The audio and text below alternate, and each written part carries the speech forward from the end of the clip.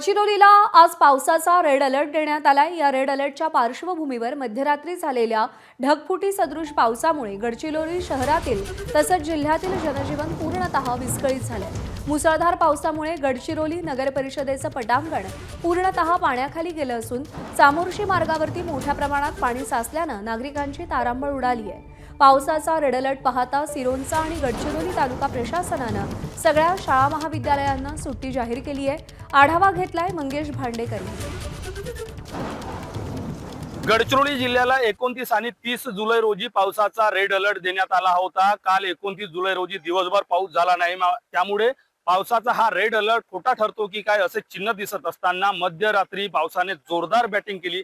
गडचिरोली तालुक्यात झालेल्या मुसळधार पावसामुळे आपण बघू शकता गडचिरोली नगर परिषद कार्यालय पूर्णतः पाण्याखाली गेले आहे।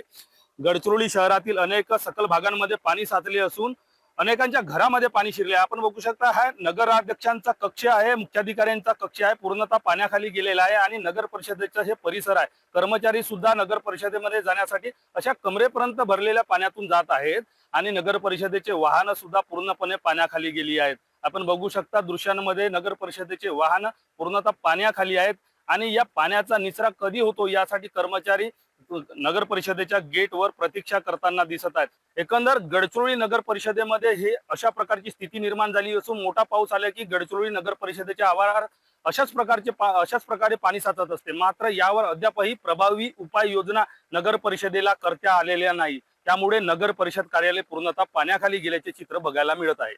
मंगेश भांडेकर, एबीपी माझा, गडचिरोली। एबीपी माझा, उघडा डोळे बघा नीट।